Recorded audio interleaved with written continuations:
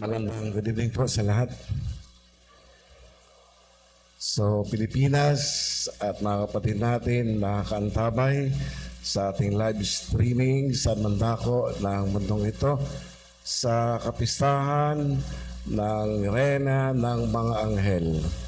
Batiin nyo ang katabi nyo ng Happy Feast Day.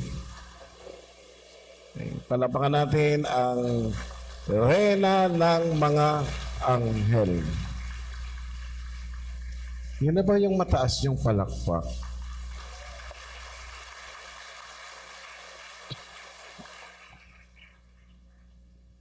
Alam nyo, kaya ko kayo pinapapalakpak ng mataas kasi somehow nakatungay sa atin ngayon na ang mahal na ingkong.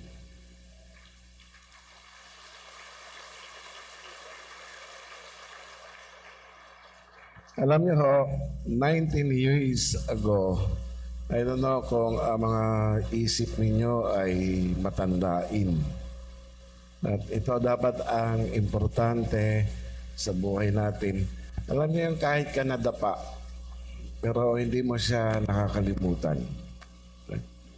I'm saying 19 years ago, may mga mensahe ang mahal na ingkong na kung ngayong araw sa kapistahan ng Reyna ng mga Anghel, tayo ay magre-reflect. As in, somehow, i-connect natin ang ating sarili. Kasi 19 years ago na ang nagdaan. Sa upuan, marami sa inyo ang mga bagong basbas o mga nanonood. Pero sa mga old generations, na dapat ang mga ito ay nai-transfer sa iba. This is the very purpose of the Paraclete of the Holy Spirit, to make us ourselves an instrument na maglilipat sa isang lahi at bagong lahi at susunod na mga bagong lahi. Kanina madaling araw, I was talking with Archbishop Telesforo na nasa Korea. Sabi ko kay Archbishop Telesforo, sabi ko, Arch, ang ganda nga pala ng pelikulang Lucy, ano? Kasi so enticing na ulit-ulit mo yung pelikula. Sinasabi kasi doon yung hindi namamatay ang nilikha ng Diyos. Okay? Paano hindi siya namamatay? Kahit tumiklob ang bilyong panahon, kung ano ang nilikha ng Diyos, hanggang ngayon, yun pa din yun. Para bang tubig, nung nilikha ng Diyos ang tubig, kung ilang galon yan o drum, wala pang nakakadiscover na dagdagan yung nilikha ng Diyos na tubig. It's the very same amount of water that God created long before us. That is the very water that we enjoy today. Amen? Akala mo lang nawawala kasi natuyo. No? Sa science, ang tawag natin doon is evaporation. Mula sa Pilipinas, nagtag-init, El Nino. Nung pala, nilipat lang ng Diyos doon sa tag-tubig. La Nina. Part of the process of God's love na para mabuhay ang tao ay mabuhay tayo sa the same grace or graces. Yung grasya na ito, nagiging procreator lang tayo ng Diyos kasi yung maganda kahapon, ngayong araw, pinagaganda natin. Kaya the beauty of God's creation ay hindi nasisira. The beauty of God's revelation ay hindi nag-fade. Hindi naglalaho, hindi nawawala. Kasi from one generation to another generation, palipat-lipat lang siya. And it's the same God before, today, and the many tomorrow that is to come. Amen? Palapangalan ng Panginoon sa napakagandang misteryo na maraming tao, pati nga kanta, sabi nila, natutulog ba ang Diyos? Hindi siya nawawala. Kahit isang saglit, kahit isang minuto. So, 19 years ago, mga kapatid, very famous, kung kayo ay mindful and discernful, I'm talking to you, mga old generations. Mga tumanggap ng basbas, ng Espiritu Santo sa panahon ni Santa Maria Virginia at San Juan Florentino. When I say new generation, ito yung mga tumanggap ng basbas sa panahon ngayon ng simbahan. Na yung basbas na tinanggap ko noon, kami noon, it's the very same basbas that today's generation ay tinatanggap din nila. Amen? So ano ibig kong sabihin? One time, sabi ng isang apo, no naming names na lang ha, pero wag nyo nang i-google kasi wala siya sa Google. O gusto nyo, discoveryhin nyo na lang. I was there, I was myself a witness. Sabi ng isang apo, malain ko, alam nyo ho, araw-araw po ako nagpo-45 mystery. Wow! Kaya nyo? 45 mysteries? My God! Siguro baka pwede. 15 mysteries sa umaga, 15 mysteries sa tanghali, at 15 mysteries bago matulog. So that makes 45. Sabi ng mahal na ingkong, saan mo dinadala yung 45 mysteries na yon? Kasi wala akong marinig kahit isa. Bago akong basbas, siyempre, malikot ang utak ko. Ano kaya ibig sabihin ng mahal na ingkong? So these are the many or several messages na paulit-ulit niyang sinisigaw tuwing siya ay gumaganap sa banal na lupa. Sabi ng mahal na ingkong, huwag ninyong tularan ang mga tao na parang mga nicho. Alam niyo yung nicho? Yung libingan na 4 kanto. Huwag niyo ikan tularan ang mga nicho na nangingintab sa kaputian, ngunit ang loob ay naaagnas sa kabulukan. Ano ibig sabihin kaya noon? Talaga naman mabubulok talaga yung nasa loob ng nicho. Pero tayo pala ay para mga nicho na nakaputi ng damit, nakabelo, nakasutana. Yung mga belo may mga makikintab-kintab pa, may mga design pa. Pero sabi pa sa English, box leather. Banal ang panlabas, ngunit yung loob ay hindi.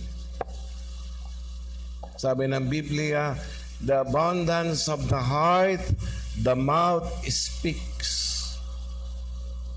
Kaya ito yung gospel, mga kapatid. Walang kabuluhan ang pagbabanal. Yes, ginagawa mo yung A, B, C, D, E, F, G na mga kautusan. Kikautusan niya ng tao, kikautusan niya ng Diyos. Wala naman diferensya kung tutuusin. Sapagkat mahalaga na may utos. Kung walang utos, ano kaya ang mangyayari sa atin? Di, ultimo yung gamot. Di ba yung gamot? Bibili ka, may utos ang gamot. Anong inuutos ng gamot? Sabi ng gamot, inumin mo ako 3 times a week. Huwag mo siyang gagaya. Huwag mo gagayahin yung magbababoy. Alam niyo yun? nag-alaga ng baboy, tapos nagkasakit. Sabi nung veterinaryo, pinaka-epektibo itong gamot na ibibigay ko sa'yo. Lahat ng binigyan ko nito ay gumaling ang mga baboy nila. Sige po, Dok. Paano ba ika ito? Ika, painumin mo yan ng 3 times a week. Kaya pagdating mo sa bahay, sample, painumin mo na. So, tuwan-tuwa yung nag-aalaga ng hayop. So, pagdating sa bahay, isa niyang alaga, piniinom. Pagkainom, sabi ng baboy, "Wik!" Di bumalik siya. Pinainom niya ulit ng 3 beses. Pagkainom, pagtalikod niya, sabi ng baboy, "Wik!" Balik na naman siya. Pinainom na naman ng 3 beses. Pagkainom, pagtalikod niya, sabi ng baboy, "Wik!" Ay naubos na yung gamot. Sige pa rin ang iwik ng baboy. Maya-maya nakita niya baboy ng isay. The very gospel that we have today ay klaro im recto. Very clear. Kahangalan. Katangahan. Nilikha ng Diyos yung utak. Hindi ito nilikha para sirain ang mundo. Hindi ito nilikha para sirain ang pagkatao. Nilikha ang utak para lalong pagandahin ang mundo, pagandahin ang pagkatao. Sabi nga niya kay Eva at kay Adan, "Go and multiply and subdue." The word is subdue. Pakiulit nga. Ayun. Wala naman sinabi ang Diyos na abusuhin nyo, ha? Wala naman sinabi ang Diyos o na sirain nyo ang kalikasan kasi siya may likha niyan. Lahat siya may ari. Pinagagamit lang sa atin para tayo ay mabuhay. Sabi ng mahal na ingkong, ito mga kabataan na ito, I'm talking to all the auxiliaries of the Apostolic Catholic Church. Kung bakit iniregalo sa inyo ng mahal na ingkong ang reyna ng mga anghel, since kayo ay mga luklukan ng mga anghel. Bakit nga ba pag nagdarasal tayo ng rosaryo, sinasabi natin, Aba po, Santa Mariang Hari. Ayan na naman tayo. Di ba si Mama Mary ay babae? Bakit naging hari yan? Nagdadasal tayo paulit-ulit, Aba, Ginoong Maria. Bakit naging Ginoo yan? Di ba babae yan? Sana Aba, Ginang Maria. Aba, Santa Mariang Reyna. Ba't binabago nyo? So baguhin natin. Aba po, Santa Mariang Reyna. Aba, Ginang Maria. Ang ganda, no? May kwento sa likod. May esensya, may substansya sa likod ng bawat salita na gustong ipatuklas ng mahal na ingkong kung sinusunod niya nga yung reyna ng mga anghel. Ginoo. Ang Ginoo kasi, kahit si Jose Rizal sa kanyang aklat, which is it, No Limitangere, All El Rebosterismo, mga ginoong kadalagahan ng Malolos, Bulacan. Akala ko ba simbahan lang ang eto si Jose Rizal super talino ginagamit. Mga ginoong kadalagahan ng Malolos, Bulacan. Kasi ang ibig pala sabihin ng Ginoo ay masunurin. Who can contest, who can reject, who can refute that Mary is the source or Mama Mary is the source of obedience? Ngayon nga, utusan lang tayo magbitbit ng balde na may tubig. Mga kabataan, naku, nagmamurmuring. Because they don't love the utos. Ang mga nagtatrabaho sa opisina, because they don't love their industry, so maya-maya nakatingin sa relos. Tagal lang oras. Papasok ka na nga, late ka na nga eh. Tapos pagdating mo sa opisina, pupunta ka sa CR, magsusuklay, 100 sa kanan, 100 sa kaliwa. Maglalagay pa ng flyover. Ilang oras yon? Pagdating sa lamesa, magbabasa ng dyaryo, 1970 pa yan. Hanggang ngayon, di mo mapalitan. Di, palusot.com lang, para kunyari updated sa current events. Pumapatay ng oras. Because they don't love the utos. Ginoo. Si Maria ay napaka-Ginoo. Ito ang dahilan kung bakit ang mahal na kong para sa mga kabataan, wala pang muwang ang kaisipan, wala pang muwang ang puso. So virgin in mind, so virgin in heart. That makes the entire pagkatao virgin. Dapat ang nagpupuno dyan ay kasunuran. Amen. So itong ginawa ng Espiritu Santo sa mga kabataang ito, sundan nyo si Ina, sundan nyo si Maria. Aba po, Santa Mariang Hari. Hindi siya hari. But the word hari, in the other sense, is actually tumutukoy ito sa tinatawag na pamamahala, governance. Mula't mula pa, pinamahalaan ni Ina ang isang maliit na tahanan na andun si San Jose at ang kanyang anak na gumagaya sa tatay niyang karpentero. Di ba anak ng karpentero yan? Sabi ng mga Miron. Maliit pa lang si Jesus. Tatlo lang sila. Ipinakita na nila sa kapitbahay nila kung ano ang pamamahala sa tahanan. Santa Mariang Hari. Kaya ito, nung makita ng mga alagad, o umakyat na si Jesus sa langit, no, babay na, sabi ni Jesus, ang Mama Mary ang namahala sa mga apostol by give them or by inspiring them to be the workers of the Lord in His vineyard.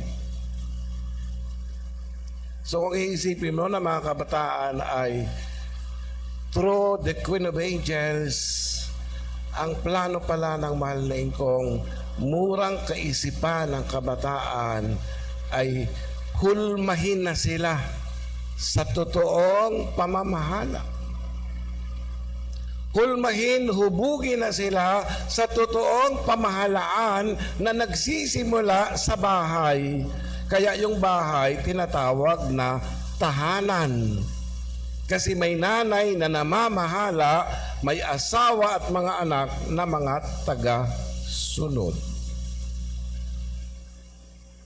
Kaya mga kapatid, maliwanag po ang gospel. Hindi masama ang pagsunod sa mga utos ng tao.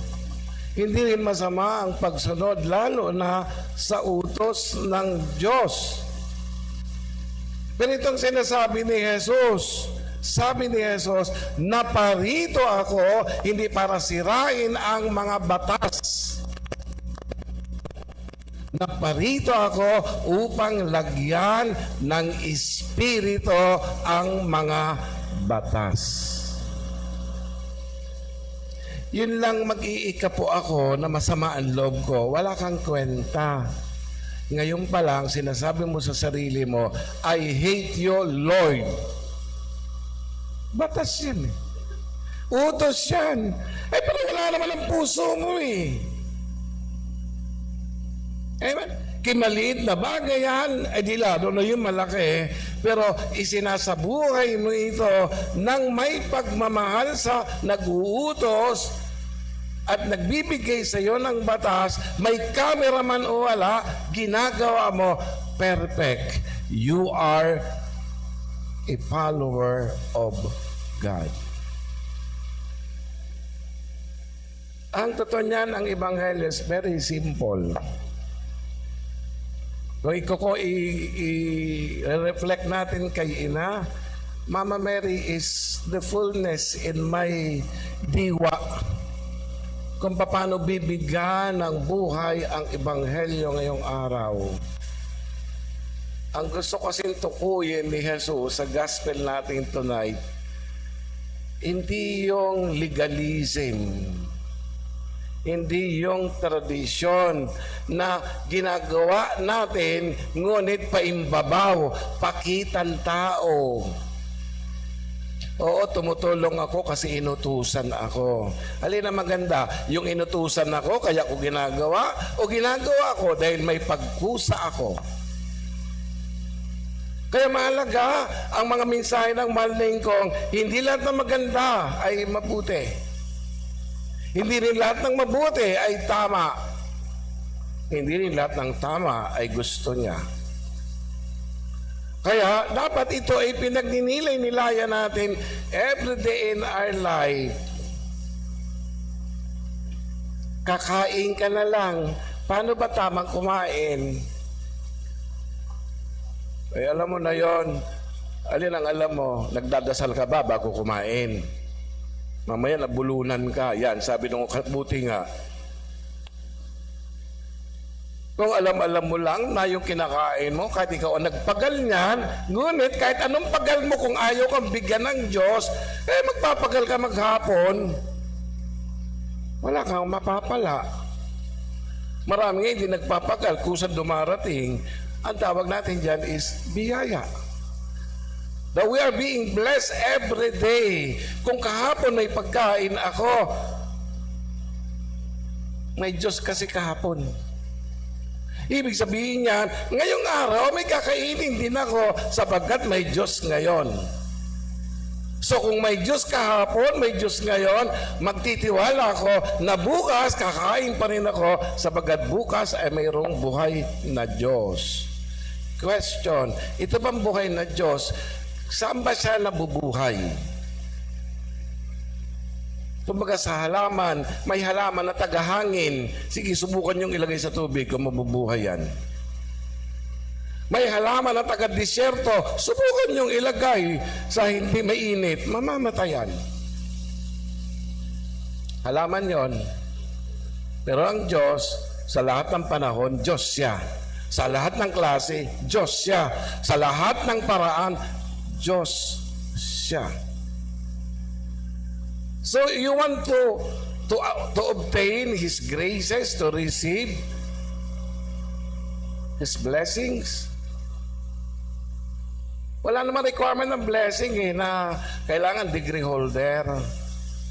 Wala naman requirement ng blessing na kailangan nakatira ka sa Dasmariñas Village.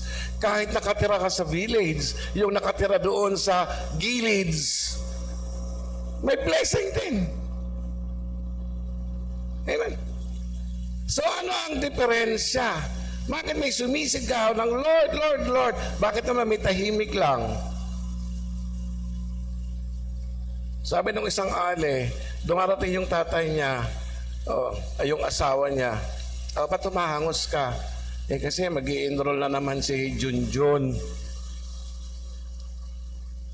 Saan mag-i-enroll? Dati naka-enroll sa Lacandula Elementary School. Ngayon mag-i-enroll na sa isang private school. Di private ka pa, wala kang tayong pera. Sabi ng ale, ha ha ha ha ha, mayroon tayong pera, binigay ng Diyos. Paano ba tumatanggap ang tao ng blessing? Paano ba tayo nabibless? Kasi lahat nagdadasal ng blessing, pero hindi naman lahat. Yung iba nga mabuti pa ang patak ng ulan. Yung iba, pamukha na ikang disyerto, wala ikang dumarating. Bingo! Because that is the real problem. The real problem, mga kapatid, is ano bang relasyon mo sa Diyos na ito? Ano ba siya? Sa labi mo lang?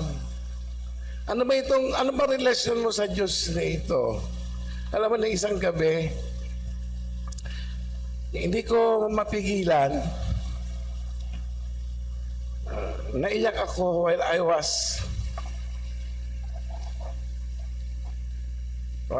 was listening. Nag-online ako gabi o na isang gabi sa misa.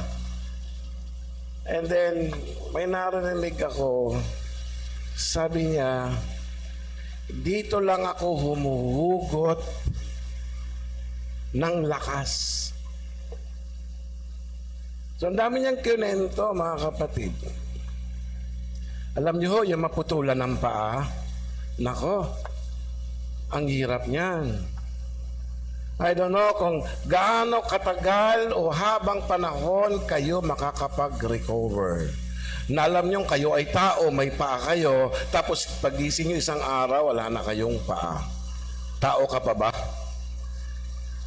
Alam niyo na dati, tumatakbo ka, tumatambling ka, tapos ngayon pagising mo, wala ka ng paa. Ang dami kong kilala na ganyan. Ang turing nila, nasa sumpa ako. Sa dinami-dami ng tao, bakit ako? Puro ako. Bakit hindi? Ay, ayoko magturo sa likod. Kaya ako naiyak, mga kapatid, kasi sabi ko, ang ganda ng mga salita na lumalabas sa labi niya, nakakabuhay, nakakadagdag ng pananampalataya. Kung paano siya nakarecover, paano lumakas ang loob niya, sapagkat para sa kanya, bawasan man ang paan niya, pero ang Diyos niya ay hindi nababawasan. Palapangan natin ang Panginoon. Naputulan man siya ng paa, ngunit ang pangarap niya hindi naputol. Tatapusin ko ito, gagawin ko ito to glorify my God. Ayan po. Ano ba relasyon mo sa Diyos? Huwag ka mag-inarte. Alamin mo muna ang relasyon mo sa Diyos na ito. Bakit ka nagkakaganyan? O bakit sila ganon? Tingnan mo. Kasi yan ang buod ng Ebanghelyo. Yung purity of our heart, of our mind. Sabi nung isa, opo, susunod po ako. Sabi nung isa, ay ayoko. Ay ano na mangyari? Alam ng tatay na yung nag-oo, hindi yung sumusunod. Alam ng tatay na yung nagsabing hindi ako pupunta, alam niyang yun na masunurin. So, sabi ng isa, alam ko hindi niya susundin, kaya pupunta pa rin ako. Amen? At the end of the day, anong sasabihin ng Diyos? Isipin mo mula umaga, pagising mo, lahat ng blessing, libre. Alam mo, ang pagising mo, libre ang hangin. Ang daming tao sa ospital, wala kang pang-upa sa tangke ng oxygen. May pang-upa man, walang panglagay na hangin sa oxygen sa tangke. Para lang mabuhay, kailangan lagyan ng oxygen. Tapos ikaw, nagising ka, libre ang ilong mo, nasisinghot mo ang hanging gawa ng Diyos. Isn't it a blessing? Nagising-gising ka pag sa umaga, marami ang wala ng paningin. Kasi yung kanyang katarata, nagpulblon na. Wala na siyang makita, wala na siyang maaninag. Tapos ikaw pagising mo, nakikita mo mga kulay, nakikita mo mga hugis, nakikita mo yung dami. Hindi ba blessing yan? Maraming tao, pagising, hindi na makabangon, hindi na makatayo, hindi na makaupo. Tapos ikaw, nakakalakad ka pa. Pag inisip-isip mo nga mga blessing na ito ng Diyos, paano mo ba ito isinusulit sa buong araw? Binibigyan tayo, sulit ba ang gawa mo? Ang tinutukoy ko mga kapatid, ano ang relasyon mo sa Diyos na ito? Ikaw ba ay gumaganap dahil inutusan ka? Ikaw ba ay gumaganap dahil ito ay udyok ng iba? Ikaw ba ay gumaganap dahil may kailangan ka? O ikaw ba ay gumaganap sapagkat you want to say thank you to your God, the source of all your provisions? Amen? Mga kapatid, minsan pa nga natin palapakan ang reyna ng mga anghel. Thankful tayo, grateful tayo ng mahal na ingkong. Alam nyo, yung mga bata, ito mga auxiliary, sa bahay nyo, kilalang kilala nyo sila. Kaya nga sabi ng Biblia, i-training nyo na sila. Kumbaga sa mga sanga, habang maliliit pa silang sanga, unatin nyo na sila sa bahay nyo. Kasi pag lumaki na sila, hindi nyo na sila mauunat.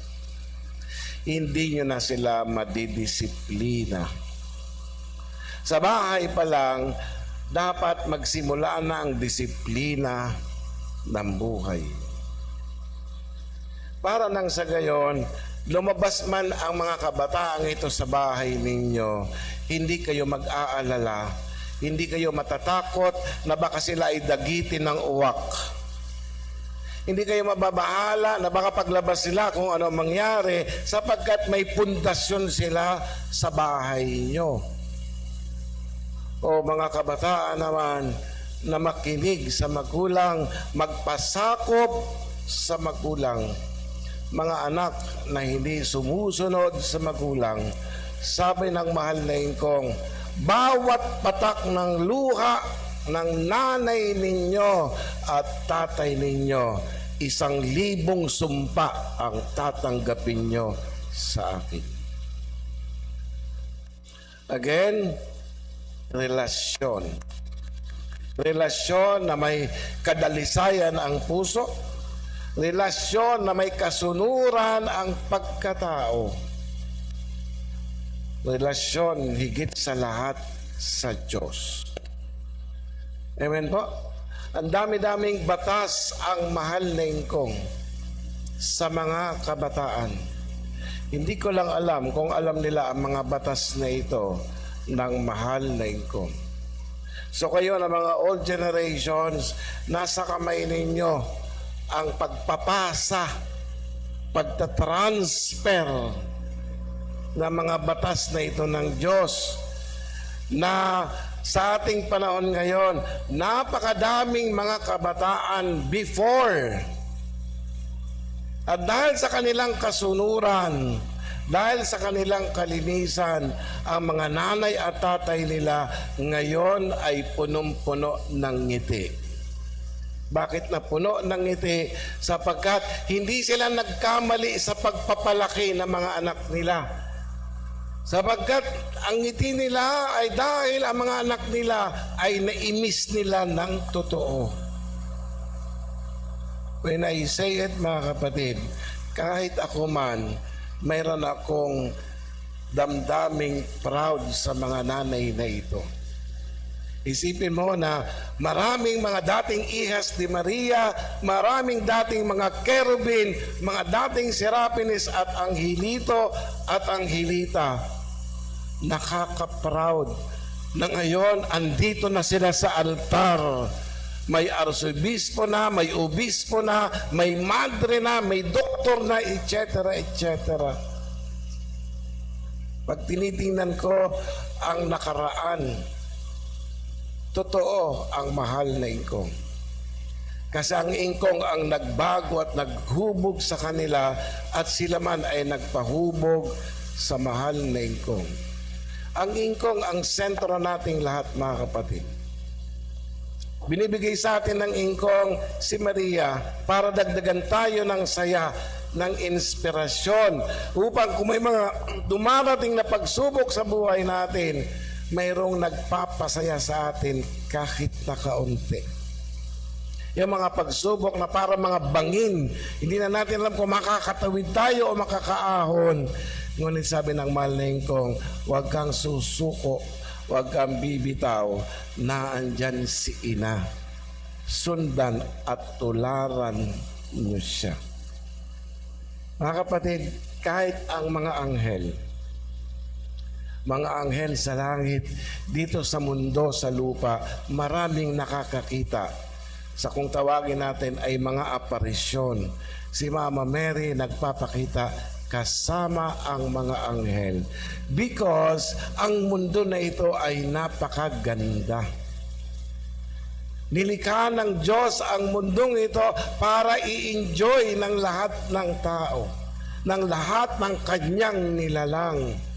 Kaya kahit sa mundong ito, nakikita ang mga anghel at si Mariang mahal. O, sa mga upuan nyo, andyan sila katabi nyo. Hindi nyo lang sila pinapansin.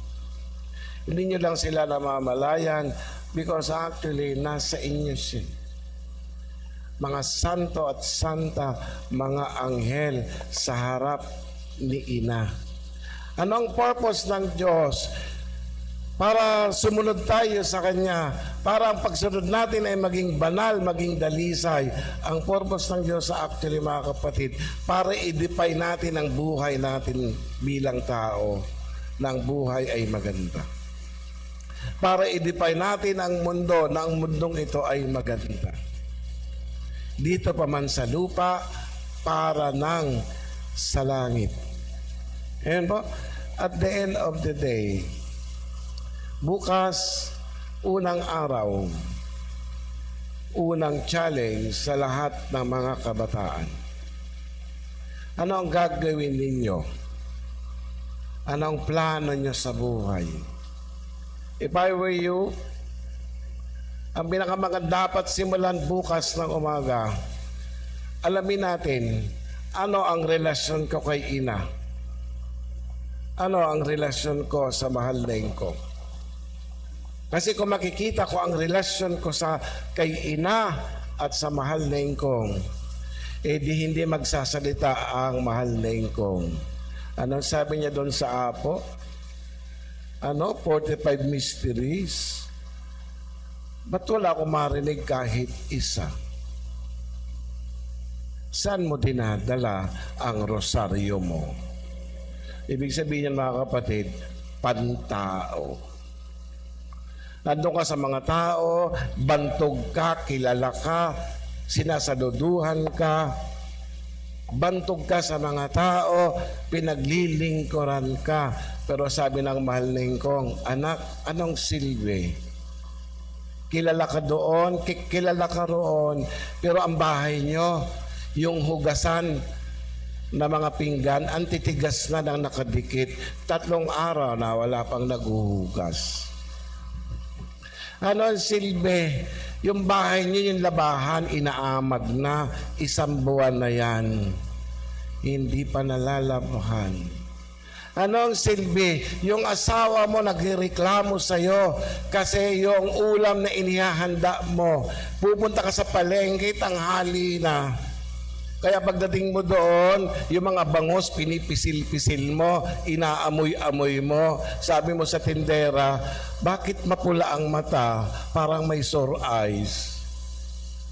Tanghali ka na eh.